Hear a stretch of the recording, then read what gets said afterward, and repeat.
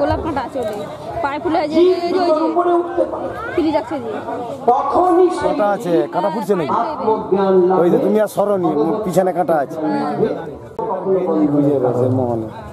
কারণ যতকাল তোর জীবন থাকবে ততকাল তোকে বাদ ধরে কর্ম করতে হবে, কখনো শারীরিক ভাবে কখনো মানসিক ভাবে তোকে কর্ম করতেই হবে। তুই কর্ম কর, প্রত্যেকটি কর্ম আমাকে সমর্পণ করে করবি। ব্রহ্মণ্যাধায় কর্মাণি সঙ্গম ত্যক্ত্বা করোতি লিপ্যতে ন পাপেন পদ্মপত্রমিদম্।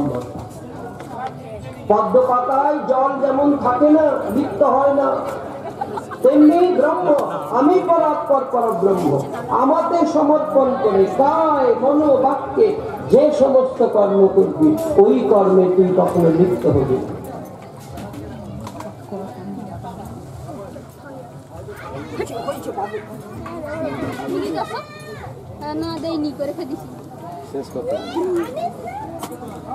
এইভাবে এক একটি উপদেশ দিতে দিতে ভগবান আজ 15 অধ্যায়ে অর্জুনকে শেখাচ্ছেন।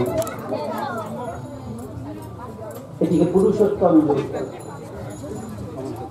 পুরুষ মানে আত্মা, উত্তম মানে শ্রেষ্ঠ। এই জগৎ সংসারে সবাই পুরুষ। পুরুষ মানে পুরুষ তুই না, আত্মাকেই পুরুষ বলে। আর সমস্ত আত্মার পরমাত্মা যিনি তাকেই পুরুষোত্তম বলে। ভগবান বলছেন অর্জুন ঊর্ধ্বমূলম অধঃশাখম অশ্বত্থম প্রাহুরব্যম। এই সংসারটি একটি গাছ, যে গাছটি উল্টো গাছ। এই গাছের নাম কি? অশ্বত্থ গাছ। অ মানে নয়, শস্য মানে থাকবে না, যে গাছ কালকে থাকবে। এই সংসার এবং এই শরীরটি একটি অশ্বত্থ গাছ, যেটি কিরকম? স্বভাবত গাছ তার ডালাপালা গুলো উপরের দিকে থাকে, মূলটি থাকে মাটির নিচে। এই গাছটি হলো উল্টো গাছ। এর ডালাপালা গুলি নিচের দিকে আর মূল সুউচ্চে রয়েছে, একদম ঊর্ধ্বে। বলছেন ঊর্ধ্বমূলম অধঃশাখম অশ্বত্থম প্রাহুরব্যম। এই অব্যয় অনন্ত বৃক্ষের নাম অশ্বত্থ।